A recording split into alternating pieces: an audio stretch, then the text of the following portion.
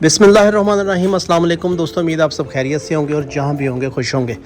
अक्सर दोस्तों के मुझे ये कमेंट्स आ रहे थे कि गर्मियों में उनकी जो मुर्गियाँ हैं, उनके जो ताज हैं वो पहले तो सुर्ख थे, मुर्गियाँ अंडे भी दे रही थी, और उसके बाद फिर ऐसा हुआ कि उनके जो ताज हैं ये सुर्ख से आहिस्ता आहिस्ता गुलाबी होना शुरू हुए, फिर सफ़ेद, और फिर आखिर में सुरमई होना शुरू हो गए। तो दोस्तों इसमें दो मेजर फैक्टर होते हैं।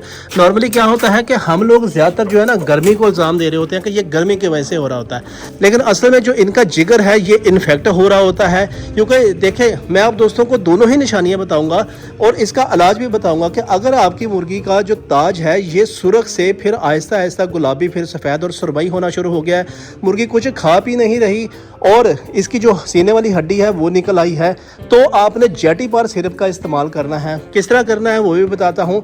और अगर मुर्गी आपकी उसका जो ताज है ये बिल्कुल सुर्ख ही है, लेकिन मुर्गी खा पी रही है लेकिन उसके जिस्म को नहीं लग रहा और उसकी सीने वाली हड्डी निकल आई है, तो ये अलग-अलग दो कंडीशंस हैं। एक बार तो मैं आपको फिर समझा दूं डिटेल से, हो सकता है आप लोगों को कन्फ्यूजन वगैरह हो रही हो कि अगर मुर्गी का जो ताज है ये बिल्कुल पहले सुर्ख था, फिर उसके बाद पिंक हुआ, सफ़ेद हुआ, फिर सुरमई हुआ और मुर्गी कुछ खा भी नहीं रही और सीने की हड्डी निकल आई है, तो आपने जेटीपार का सिरप इस्तेमाल करना है। क्योंकि यकीनी बात है कि इसका जिगर फिर मुतासर हो चुका है, और अगर आपकी मुर्गी खा पी ठीक रही है, उसका सर का जो ताज है ये सुर्ख ही है लेकिन सीने की हड्डी निकली हुई है। अब आप दोनों को बिल्कुल क्लियर अलग-अलग सिचुएशन समझ आ गई होंगी।